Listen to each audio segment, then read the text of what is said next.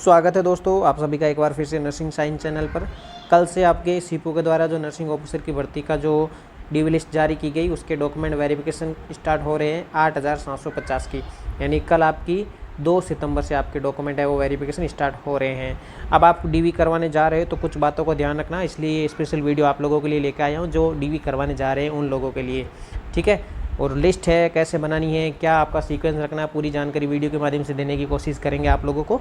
सबसे पहले तो बता देते हैं कि आप लोगों के पास में इस टाइप का एक मैसेज आया होगा, जिन लोगों का डीवी हो रहा है उन लोगों के लिए ये स्पेशल मैसेज आया होगा। किसकी तरफ से आया होगा? CP ई शिक्षा, ठीक है। The document verification schedule has been published, please visit cpurajasthan.com for detail e Shiksha. तो ये आपका एक हिसाब से जो सीपू की तरफ से जिन लोगों का डीवी हो रहा है यानी डॉक्यूमेंट वेरिफिकेशन हो रहे हैं उन लोगों के पास में ये मैसेज सबके पास में गया है। अब जिनके पास में नहीं गया है तो कोई घबराने की बात नहीं है, आपका अगर नाम लिस्ट में है तो भी आप लोगों को तो अपना डीवी करवाने जाना ही है। पर अच्छी बात है जिन लोगों का मैसेज आ गया, यानी मैसेज वो इसलिए भेजते हैं ताकि आप लोगों को पता रहे कि कहीं आप इस चीज़ को भूल तो नहीं गए, फॉर्म भर के फ्री हो गए, ऐसा नहीं। आपका डीवी में नाम आया है तो डॉक्यूमेंट वेरिफिकेशन करवाने आपको ज़रूर जाना है, ठीक है। अब बात रखनी है कि आपको डॉक्यूमेंट वेरिफिकेशन करवाने जा रहे हैं तो डॉक्यूमेंट की लिस्ट क्या है ये भी आपको मैं बता देता हूँ। ये जो आपकी है डॉक्यूमेंट की वेरिफिकेशन की लिस्ट है, इसको आपको क्या रखना है, थोड़ा ध्यान में रखना है। कैसे रखना है चलिए इसके बारे में भी अपन जान लेते हैं, ठीक है। तो सबसे पहले शुरुआत करते हैं, आपको इसी सीक्वेंस में आपको अपने डॉक्यूमेंट को लेके जाना है। ये देख लीजिए डॉक्यूमेंट में सबसे पहले आपको क्या है, दस्तावेज सत्यापन हेतु उपस्थित होने वाले अभ्यर्थी संबंधित मूल दस्तावेजों एवं मूल दस्तावेजों की स्वयं के द्वारा सेल्फ अटेस्टेड की हुई फोटो प्रति का क्रम है इस प्रकार रखना चाहिए। पहले आपको अपने ओरिजिनल डॉक्यूमेंट को रखना है, फिर आपको उसकी एक एक कॉपी रखनी है, ठीक है। कॉपी का यहाँ पर कितनी रखनी है ऐसा तो नहीं बताया, पर आप 2 कॉपी लगाकर आपके साथ में रखना, उनको सेल्फ अटेस्टेड करके आपके पास में रख देना है, ठीक है। और डॉक्यूमेंट कौन कौन से हैं तो ये देख लीजिए, जो आपने फॉर्म भरा था उस फॉर्म का आवेदन का जो प्रिंट आउट है वो रखना है पहले क्रम पर। 1 नंबर पे आपका फॉर्म का प्रिंट, दूसरे नंबर पे आपका आधार कार्ड रखना है, ठीक है। ये देखो ये कॉपी तो रखनी ही रखनी है, ओरिजिनल भी साथ में रखना है। ऐसे नहीं कि सर मैं आधार कार्ड घर पे भूल गया, नहीं, आधार कार्ड भी आपका वहाँ पर साथ में होना चाहिए क्योंकि वहाँ पर आपकी बायोमेट्रिक भी हो सकती है, तो इसलिए आपको खुद को वहाँ जाना होगा। इसीलिए ये आधार कार्ड को वहाँ पर कंपल्सरी मांग रहे हैं ताकि कन्फर्म हो जाए कि जिस आदमी ने फॉर्म भरा है वो आदमी ओरिजिनल है या नहीं। तो आधार कार्ड के बाद में आपकी सेकेंडरी यानी कि 10वीं की जो अंक तालिका और उसका प्रमाण पत्र, ठीक है, सेकेंडरी। और उसके बाद में आपकी जाति प्रमाण पत्र, अगर जनरल कैटेगरी का है तो उसको जाति की प्रमाण पत्र की ज़रूरत नहीं है। अगर OBC SC ST EW से है तो उन लोगों को जाति प्रमाण पत्र की ज़रूरत है। और जाति प्रमाण पत्र आपका पूरा का पूरा रिन्यू होना चाहिए। अगर रिन्यू नहीं है तो आप लोगों के लिए कोई दिक्कत वाली बात नहीं है, आप अपने वहाँ पर एक एफिडेविट आपको लगा देना है, ठीक है। और जब आप फाइनली जब सेलेक्ट हो जाओगे तो उस समय आपको वो किसी भी हालत में जमा करवाना होगा ओरिजिनल। आपको मूल निवास वहाँ पर प्रमाण पत्र है वो लेके जाना है। और विशेष मूल निवास का मतलब होता है कि जो लोग TSP से होते हैं यानी ट्राइबल सब एरिया होते हैं, ठीक है, जैसे शहरिया लोग होते हैं, बारा के हैं, ठीक है, जैसे सिरोही के हैं, उदयपुर के भी है कुछ लोग, डूंगरपुर है, वो लोग जो उनका विशेष मूल निवास प्रमाण पत्र होता है यानी TSP एरिया वालों के लिए ज़रूरत होती है।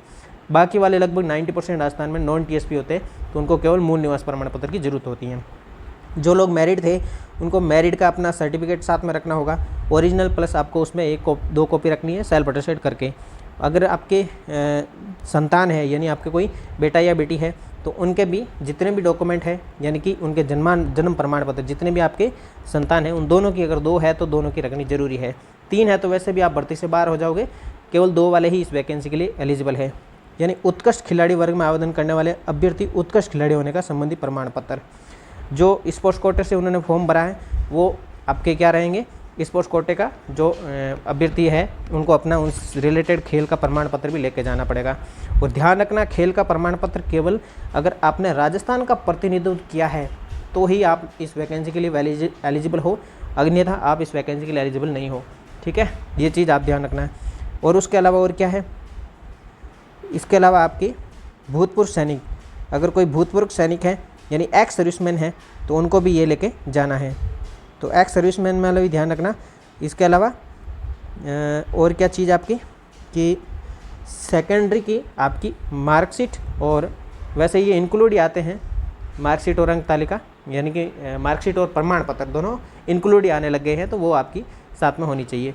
और व्यावसायिक योग्यता यानी कि आपकी जीएनएम हो, चाहे बीएससी नर्सिंग हो या फिर पोस्ट बीएससी हो, उन सब की ओरिजिनल डॉक्यूमेंट लेके जाने हैं, ठीक है। यानी जितनी भी मार्कशीट है आपकी, देखो first year, second year, third year, fourth year, ये हो गई बीएससी वालों की। लेकिन जीएनएम की 1, 2, 3 और उसके अलावा इंटर्नशिप, ठीक है, उसके अलावा उनको डिप्लोमा, उसके अलावा उनको रजिस्ट्रेशन सर्टिफिकेट, ठीक है, यानी लाइव होना चाहिए। उनका जीवित पंजीयन प्रमाण पत्र होना चाहिए किसमें, आरएनसी के अंदर। अगर आरएनसी के अंदर है तो ही आप ये ओरिजिनल लेके जाना है। बड़ी बात है कि एक्सपीरियंस सर्टिफिकेट आपको आपका ओरिजिनल प्लस उसकी 2 कॉपी लेके जाने हैं।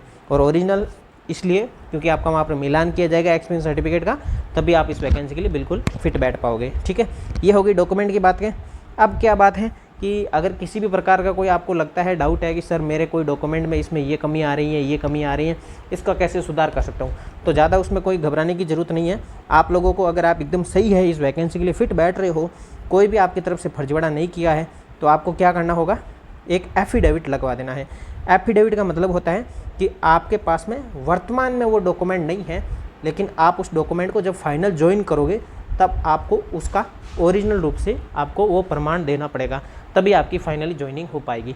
यानी एफिडेविट आपका एकदम से फिट हो जाएगा, वहाँ पर कोई दिक्कत नहीं रहेगी, क्योंकि ये पूरा का पूरा कोर्ट की तरफ से होता है। तो आपको कोर्ट से वहाँ पर कोई भी एक जिस चीज़ की आपको कमी लग रही है उसका एफिडेविट बनवा के रख दीजिए और वहाँ जाकर आपको वहाँ पर दिखा देना उनको। अब बात आगे कि सर मैंने बनवाया नहीं है एफिडेविट, तो क्या करूँ, तो कोई नहीं, आप जयपुर में कोई भी कचहरी कोर्ट में जाके वहाँ पर बनवा लेना और बनवा के वहाँ पर जमा करवा देना, ठीक है। ये हो गई आपकी डॉक्यूमेंट की बात। फिर भी अगर आपको किसी भी प्रकार का लगता है, कोई डाउट है या मुझसे सजेशन चाहते हो, तो आप मुझे डायरेक्ट कमेंट करके पूछ सकते हो। वैसे आप सभी लोगों को बहुत बहुत बधाई हो, आपको शुभकामनाएं, आपका एकदम से सही डॉक्यूमेंट वेरिफिकेशन हो जाए, आप एकदम से सही तरीके से गवर्नमेंट सर्वेंट बन जाए, ठीक है। बड़ी बात आप लोगों के लिए बहुत होगी कि दीपावली से पहले आप लोगों को ज्वाइनिंग मिल जाएगी, ये लगभग 100% ही मान लीजिए, क्योंकि ऐसा गलत है इस बार एक सभी जितने भी गवर्नमेंट जो सर्वेंट बने हुए हैं, अभी बने हैं, उनको ज्वाइनिंग नहीं मिली है, उन सब के लिए एक मेला लगाकर सभी को एक साथ ज्वाइनिंग लेटर देने का ऐसा कोशिश कर रहे हैं, ठीक है। तो जल्दी आपको ज्वाइनिंग भी मिल जाएगी। उम्मीद करते हैं वीडियो आपको पसंद आया होगा, इन्फॉर्मेशन आपको पसंद आई होगी। चैनल को सब्सक्राइब करना ना भूलें, क्योंकि ये चैनल सब्सक्राइब करना आप लोगों के लिए बिल्कुल फ्री है, कोई चार्ज नहीं लगता है, लेकिन हमें बहुत हेल्प हो जाती है आप सब्सक्राइब करते हो तो, ठीक है। उम्मीद करते हैं आपका जल्द से जल्द गवर्नमेंट सर्वेंट बनने का सपना पूरा हो जाए।